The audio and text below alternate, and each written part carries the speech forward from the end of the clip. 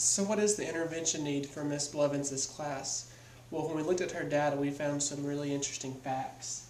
Um, the 16 gifted students in her class, when ranked on the Stanford Achievement Test, had an average of a 91 in the area of total mathematics, which is extremely high. In the individual categories, they had a 90 in mathematics problem solving and an 88 in mathematics procedures. When you compare that to the averages of the other students in her classroom, the other 13 students had an average of 70 in total mathematics, 56 in mathematics problem solving, and 76 in mathematics procedures. So you can see the huge disparity in the two groups of students. On a learning link assessment, which is a national test that our county uses to levelize students, Mrs. Blevins' gifted students, those 15 students, averaged in the 94th national percentile rank, and the other 13 students averaged in the 54th national percentile rank. So that's a huge gap of learning between those two groups.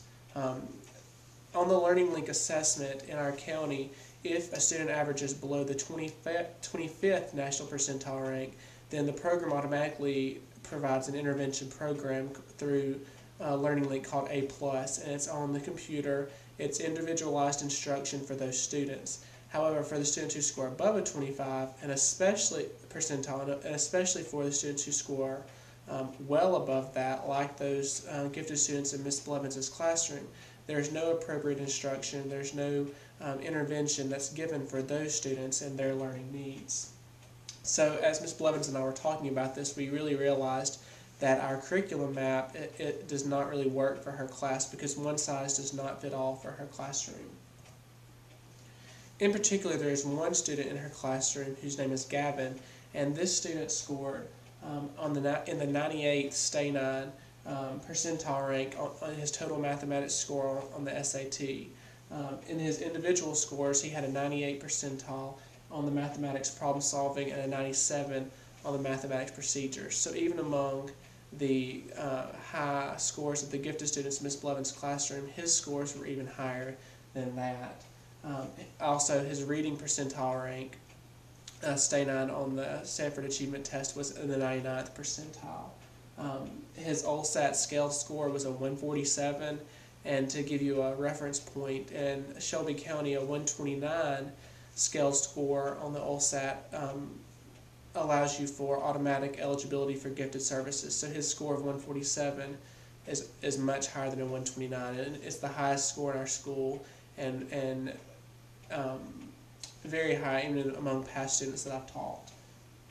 On the Learning Link test, he scored in the 98th percentile, the national percentile rank. That test uses something called quantile scores, and his quantile score was a 1050, and that puts him on about beginning 9th grade, mid-year 9th grade math level with his mathematics knowledge. The Learning Link test, like I said earlier, gives you a prescription of success for struggling students, and it allows them to have individualized assessments, but it doesn't give any tools for high-end students. And so this student Gavin and even the other gifted students in Miss Blevins' class do need some kind of intervention so that they're receiving appropriate instruction for math. In Module 3 of our class this semester, Meidel and Meidel had a quote that I really liked, and they said that many public schools adapt curricula aligned to state standards to make planning easier for teachers. However, it ends up delivering teachers a curriculum that is neither appropriate for meeting the needs of their students or helps them permit opportunities for individualized instruction. Sandra Berger, who's a prominent leading authority in gifted education, says that if students master a particular unit, they shouldn't just do more of the same. They should be doing something different. And so some of the things that you can do are that you can differentiate the product or the process. And when you differentiate the process, that may be changing the way that you instruct students. So changing the way you question them by using upper level Bloom's questions. Differentiating the product would allow you to meet the individual learning needs by meeting the learning styles or trying to find different products that would gain students' attention and that would be appropriate for them. McGrail offers a third suggestion, which is scheduling modification, and that's something that Ms. Blevins and I also looked into for her intervention plan. And this would give students a chance to have homogeneous grouping instead of heterogeneous grouping. Oftentimes in our classrooms we try to give our groups different levels of learners, and so we like to have our high students mixed in with our low ability students, and what ends up happening is our high ability students end up instructing our low students, and that's not exactly what we want, because then our high students are not learning anything new themselves. So providing homogeneous grouping would be a smart decision for Ms. Blevins in her classroom. And then last of all, Sally Rice talks about self-regulated learning, and I think this would be a good option for Gavin in Ms. Blevins' classroom, and would allow her to be able to differentiate instruction for him even more. So the intervention plan that we came up with has 4 steps. The first one is to provide training on differentiating product and process, to give a workshop on Bloom's taxonomy, and to give different ideas for whole group questioning. Step 2 would be to provide a make and take session on projects and independent activities that students in Ms. Blevins' class could do if they're early finishers, or even for whole group instruction. These are go-to activities that she could do to provide an outlet, creative outlet for her students. Step 3 would be scheduling modification.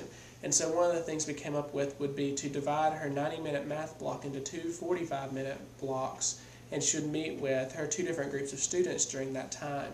And so her plan is to do whole group instruction twice during that 90 minutes. And so she'll teach her students in different ways to accommodate their learning needs. And she would do this based on pre-assessments. So when she reached a new unit, she would pre-assess her students, and so that would be how she would divide her group up.